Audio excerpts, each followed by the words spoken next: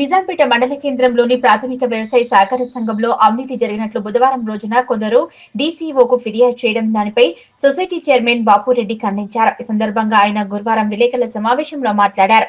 ప్రాథమిక సహకార సంఘం ఎన్నికలు జరిగి 5 సంవత్సరాలు గడిచినప్పటికీ ప్రతి సంవత్సరం జనరల్ బాడీ మీటింగ్ క్రమం తప్పకుండా 6 నెలలకు ఒకసారి మీటింగ్ ఏర్పాటు చేయడం జరుగుతుందన్నారు.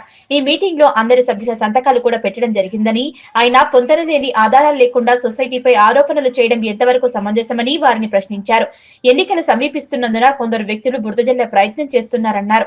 అలాగే పట్టా భూమి లేకుండా రుణాలు ఇవ్వాలని ఒత్తిడి తీసుకురావడం జరిగిందని, దీంతో రుణాలు ఇవ్వలేదనే నేపథ్యంలో తమపై కక్షపూరితంగా డీసీఓకు ఫిర్యాదు చేయడం జరిగిందన్నారు. సొసైటీలో ఎలాంటి అవతాకులు జరిగినా పూర్తి బాధ్యతలు వహిస్తానని సొసైటీ చైర్మన్ బాపురెడ్డి పేర్కొన్నారు. ఈ కార్యక్రమంలో సొసైటీ డైరెక్టర్లు కిష్టారెడ్డి, బండారి ఎర్రయ్య, అబ్దుల్ అజీజ్, శ్రీధర్ రెడ్డి, బజారు స్వామి గౌడ్, దుర్గయ్య, శ్రీనివాస్ గౌడ్, నాయకులు చెల్మేటి నాగరాజు, నాయని లక్ష్మణ్ తదితరులు పాల్గొన్నారు. ఒక డైరెక్టర్ చేయడం అయినది. దానికి గురించి ఏంటి అని అంటే ప్రతి సంవత్సరం 2 పర్యాయాలు 26 జనవరి కానీ వేరే రోజు కానీ ప్రతిసారి జనరల్ బాడీ మీటింగ్ పెట్టడం జరిగింది. దానిపై ఎలాంటి అవకతవకలు లేవు. అందులో ఏదైనా ఉన్నా వాళ్ళు వచ్చి ఎంక్వైరీ డీసీఓ గారు వచ్చి ఎంక్వైరీ చేసుకోవచ్చు.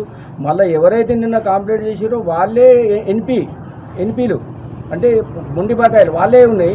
కానీ ఇటువంటి కంప్లైంట్ చేసుడు మంచి చర్య కాదు, మంచి పద్ధతి కాదు.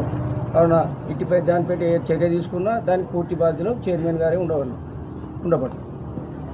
జనరల్ బాడీ మీటింగ్ ఏదైతే ఉన్నప్పుడు అప్పుడే వాళ్ళు కంప్లైంట్ చేసినా సరే ఉండు. కానీ ఏదంటే ఇప్పుడు ప్రస్తుతం ఎలక్షన్లు వస్తున్నాయి కాబట్టి కావాలని సొసైటీ మీద ఒక బురద చల్లడం అనేది ఒక పద్ధతి, మంచి పద్ధతి కాదు. అది వాళ్ళ విజ్ఞతకే వదిలిపెడుతున్నా.